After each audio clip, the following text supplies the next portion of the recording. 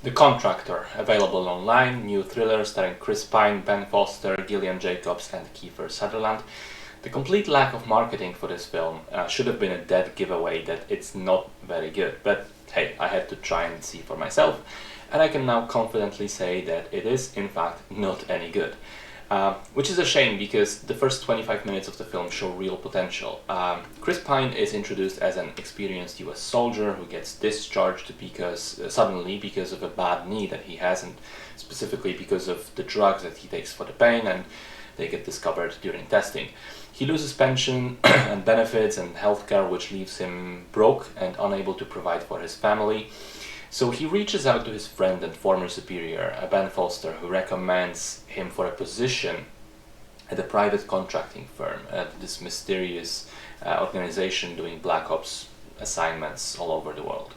Then they both get sent to Berlin on a mission to locate and extract a scientist that, as they're told, is working on bioweapons for the Al-Qaeda. And the beginning of that mission is really cool. It made me think very strongly of Homeland, the TV show about CIA, which I've really loved over the years, especially when Nina Hoss shows up playing a very similar character to the one she did in the show. But then when the mission goes south, it takes the entire film with it and quickly loses any coherence, logic and point. And that's my biggest gripe with the movie, really, the nonsensical plot. After the mission fails, Chris Pine goes on the run from his employers, but there's actually zero reason why they would suddenly turn on him.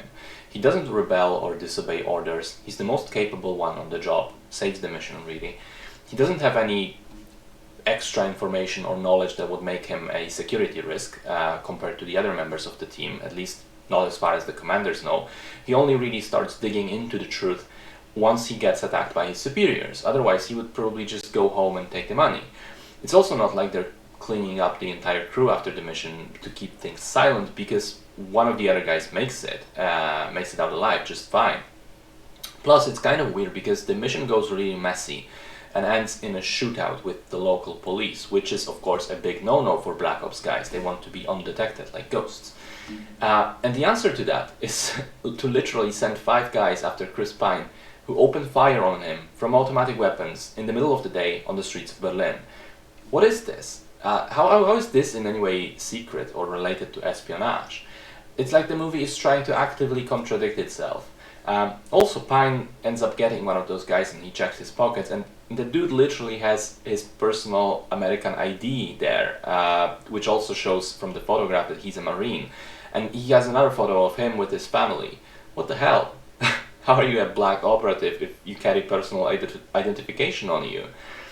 And the questions like this just keep coming and there are no answers, and you basically just keep watching because Chris Pine is kind of charismatic, although he doesn't have a lot to work with here. His chemistry with Ben Foster is the highlight of the movie, but again, they don't spend a lot of time together either. And the ending also makes no sense, and doesn't really resolve the plot. So, all in all, it's a film that starts okay, gets very interesting at the start of the actual action, and then just immediately falls off a cliff, becoming a load of extreme nonsense. The marketing was right, forget about this one.